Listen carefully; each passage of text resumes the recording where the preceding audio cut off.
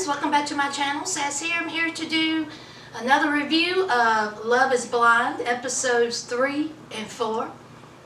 Pretty good episode. Okay, in this episode we see a couple more couples getting engaged, and we also have in this episodes them going to Cancun, Mexico to finally, hug and kiss and rub and get their back blown out, child. But first, let's start off with the couples, alright? We have Damien and Gigi. Okay, as we know, Gigi, alright, was pausing a little bit on saying yes to Damien. She says that she has something to tell him. What that was, okay, is that she don't like to do anything, normal, or, she want to do something out of the box. She don't go by any rules. So she tells Damien to stand up, and she proposes to Damien. And of course, Damien is crying, snot flying, okay? And he says yes, she says yes. They both crying, they both want to be together. They say they love each other, and when they meet, they like what they see, okay? They really enjoy each other's company, okay? So they get to Cancun, all right? And everything is great. They are having a romantic dinner, okay? They are kissy-kissy, huggy-huggy, all right? And look, Gigi wanted to be known that it has been 435 days. She did not make no qualms about it. She did not say, oh my God, I want to get to know you a little bit better before you break my back. She said, listen here, Damien, I'm horny. Okay, let's just shove this food down our throat so you can blow my back out. That's what I'm saying. It's been 435. Damien was like, 435? What's that mean? What's 435? And she was like, what do you not get? And he was like, since you had sex? And she was like, yeah. And he was like, you counted it down? She was like, yeah. And he was like, listen, okay.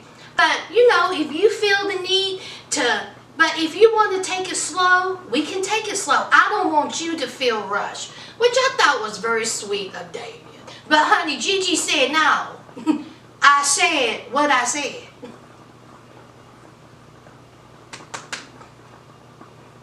I said 435. I ain't trying to make it to 436. I like Gigi. Anyway, so... Damien and Gigi, they had some, happy, sexy time, okay? And they seem like they really like each other. I like Damien and I like Gigi. All right, let's talk about some more couples, all right? Now, we have Kenny and Kelly. What is there to say? All right, what is there to say about Kenny and Kelly? Like I said last time, homecoming, king and queen, they look like they were made for each other. And they're trying to, get to know each other, and they are attracted to each other. And I will say this, out of all the guys, my top two in looks department, I would say Kenny and Cameron. They are, and I think Kenny is cuter than Cameron, just by a little bit. But I think Kenny real cute. But anyway, so Kenny and Kelly, honey, they already see themselves married, having children, white picket fence, cul-de-sac. I mean, come on, all right? They are truly, truly, truly into each other. I would be shocked if these two are not still together. I would be shocked by that. But anyway, ain't too much to say about Kenny and Kelly. Let's move on, all right? Let's talk about Lauren and Cameron, all right? My favorite couple. They done made it to Cancun, alright? Of course they are attracted to each other, and they're getting to know each other. And honey, how about when they were sitting down talking, and honey, Cameron, honey, he slid just a little bit closer to Lauren. Honey, he was like, honey, he likes what he sees, okay? He is not, saying that, everything is good between Lauren and Cameron. And listen, sexy time. All right, Lauren, let it be known. I am attracted to Cameron. I think Cameron is attractive. I think he's sexy. I want my back blown out. All right, let's see what this white boy got. And Cameron's all in. Cameron is all in. So I thought that it was so cute the next morning. Honey, Lauren, she was like, listen, let me just pull out this bonnet because you might as well get used to it. Get used to this bonnet. And Cameron was so cute. He was like, oh my God, you got the bonnet on and you're still sexy. She was like, I thought that was very, very cute. And of course, they're getting to know each other. They go on a hike or a walk or a trail, whatever they were doing. And anyway, she brings up, you know, her father. And she says that her father has never met any of her, you know, boyfriends. So, honey, he's going to be shocked. Not only is the first time he's going to meet a boyfriend, he's white. So she's like, you know, everything will be all right. You know, he'll be all right. Cameron seems very confident, don't he? Cameron said, I'm in. Cameron said, I can't wait. Everything is going to be all right. And so, of course, you know, Lauren is like, you know, my father grew up in a different, you know, generation. And, you know, he's going to grill you a little bit. And Cameron said, I'm ready. I'm ready. Okay, I love you. You're the woman I want to be with. And he don't seem, you know, scared at all, or any, you know, he don't even seem nervous. So anyway, we'll see how that works out. I am feeling Lauren and Cameron. I got a feeling they're gonna be together for a long time. Let's move on. All right, let's talk about Mark and Jessica. All right, so Mark, he proposes to Jessica, and she says yes. All right, she says that Mark was the guy that she's been waiting for. That Mark was the guy that she loved. That Mark was that guy. Now, just a couple of days ago, she had a full-blown tantrum, crying, snot flying, because Barnett rejected her. But you know, we seen it. She had to go crawling back to Mark and plead her case, child. Mark took her back. Mark proposed. Mark loves her. Okay, so she says that she loves him. Now, it was time to meet. All right, and hey, Mark liked what he seen. Jessica said that she was very attracted to Mark. Very attracted. But she says that she's used to dating bigger guys. Okay, Mark is on the short side, child. She's used to bigger guys, taller guys, you know, but hey, Mark is there and he will do. Now, they're in Cancun. And Jessica keeps saying that she's nervous, you know, her family don't know what's going on, you know, she can't believe she's engaged, she can't believe in a couple of weeks she's going to be married, you know, Mark seems like a sweet guy, a nice guy. Mark could be the guy that she could spend the rest of her life with, but it ain't going to be no boom boom. It ain't gonna be no sexy time because, see, she wants to, you know, learn about Mark. She wants to grow with Mark on an emotional level. Jessica, I'm gonna need for you to shut up because let me ask y'all something, friends. If Barnett would have picked Jessica, and if Jessica would have seen Barnett, because she likes the big guys, the taller guys, would she be saying all this? Honey, we all know them knees would have been to her ears, child. Day one, A1. Emotional, child. Shut up, Jessica. Okay, in my opinion, Jessica is not feeling Mark. She's not feeling. She's reading too much into it. Everything is analytical. Everything has to be serious. Everything has to be in depth. Let me tell you how I feel. Let me tell you how I feel. Let me tell you how I feel, Jessica, child. Stop it. Okay? Mark is telling you how he feels. And Mark is cool with it. Mark said, listen, if she's not ready to have sex, that's fine with me. We got plenty of time. If she wants to take it slow, I'll take it slow with her. Because I really do feel like Mark loves her. Jessica don't love Mark. Jessica like Mark. Okay?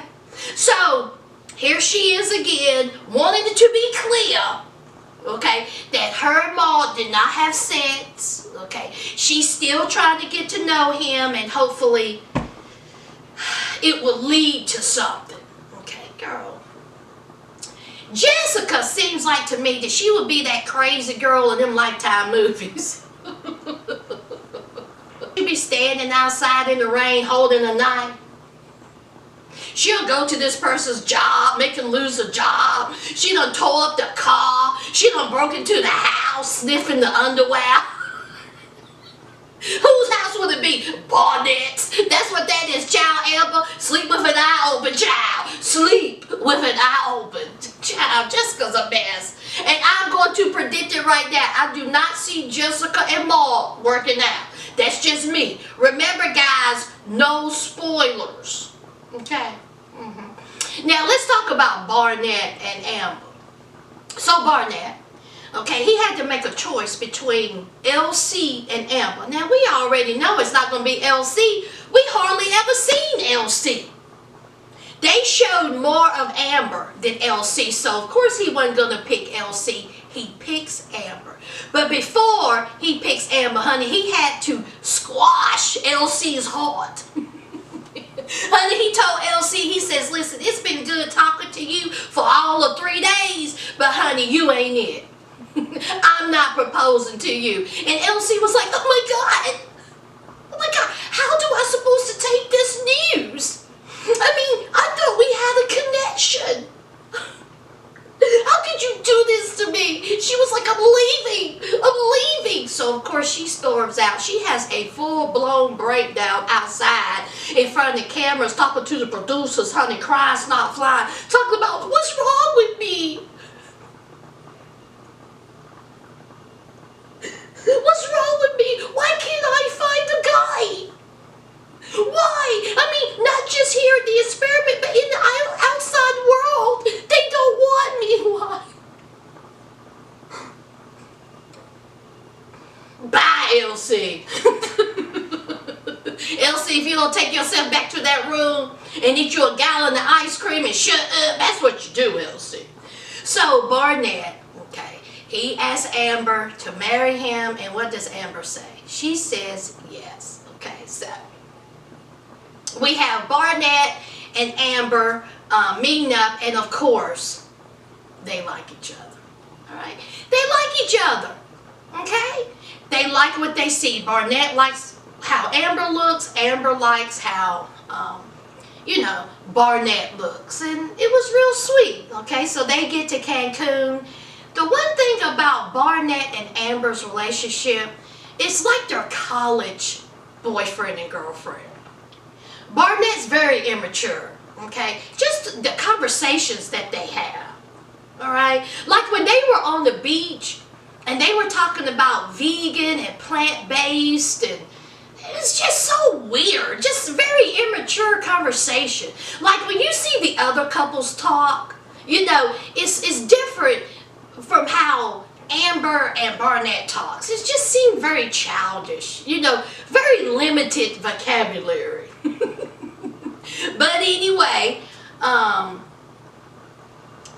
Amber and, Barnett, they got it on, and they seem very happy, with each other for right now. I have a feeling, this is just a feeling, that Amber and Barnett, they're not going to work out. Something's going to happen in Cancun or after Cancun. I feel it. I don't know what. I may be wrong because y'all, I'm only on episode 4. But I have a feeling that some type of drama is going to happen in Cancun or afterwards. And is it going to involve Jessica? We shall see, y'all. That's just my prediction, Anyway, Lord, here we go. Let's talk about Carlton and Diamond. Now, I've already said that I knew Carlton was going to be on some BS. And he was. Carlton is trash. I'm going to put that out there right here, right now. Carlton is trash and he's a jerk. And for everyone who's watching this and they see Carlton, I hope every woman that he tries to approach, run. And man. So we have Carlton and Diamond. they are inside of the hotel room, and of course Carlton is making jokes, and he has a slick tongue, and she was like, maybe he's nervous, okay? He's talking a little bit out of pocket, but he may be nervous, okay? Pool, and Carlton tells her, I have something to tell you. So she was like, what? So he says that he has been with men and women, that he has been with both genders. Of course, Diamond was taken back, child, like any woman would. And so she was like, what? And he was like, I've been with both genders. And so she was like, okay, all right, she's taking it in. She did not fly off the handle. She soaked it in, all right, because this is a shock, all right. And here comes Carlton with the dramatics and the theatrics. Here he starts crying. I didn't want you to prejudge me, okay? I'm not sure how you will handle it. I know I want to be with you.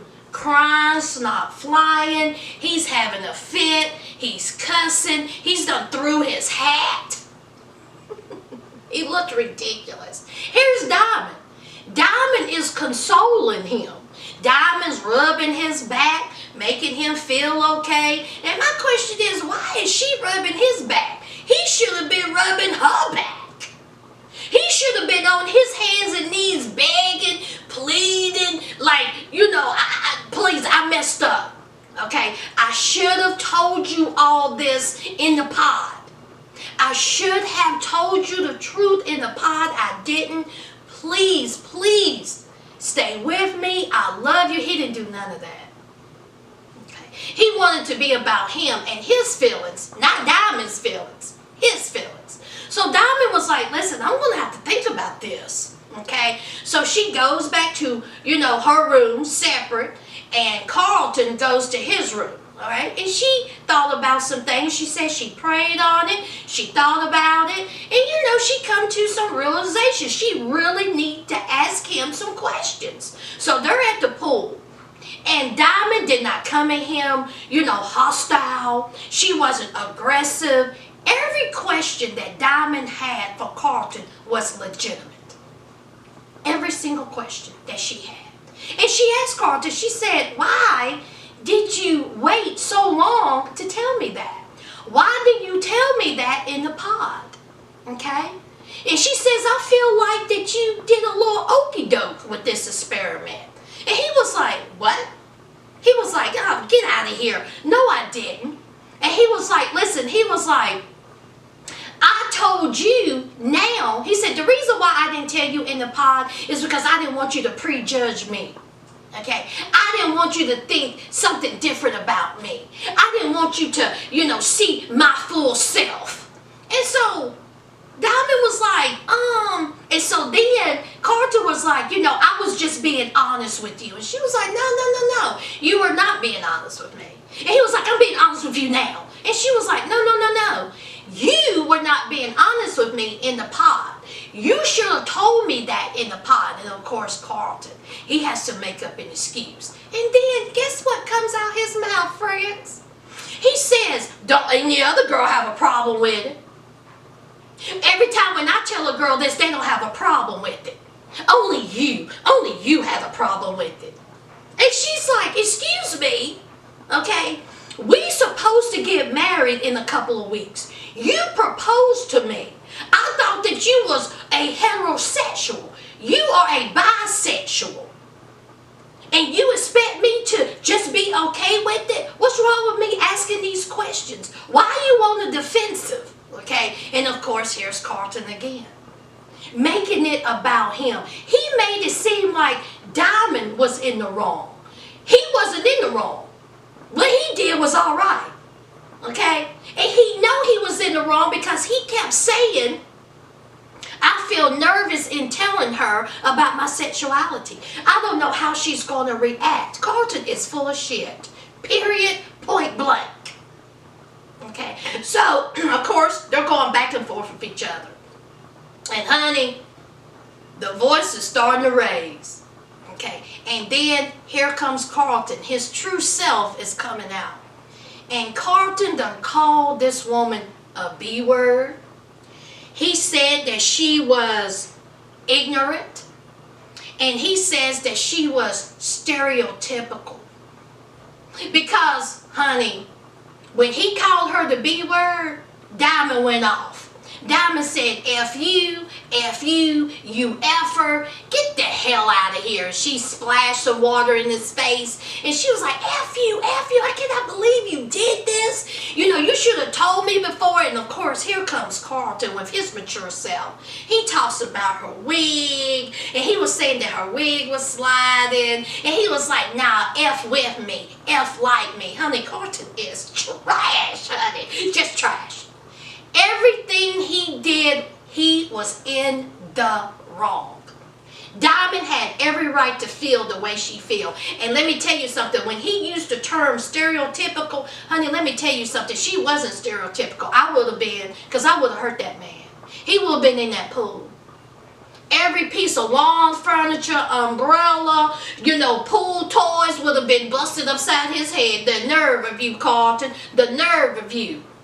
You led this woman on. You was not man enough to tell her the truth in the pod. And now you upset because you didn't get that reaction. And let me tell you something, Carlton.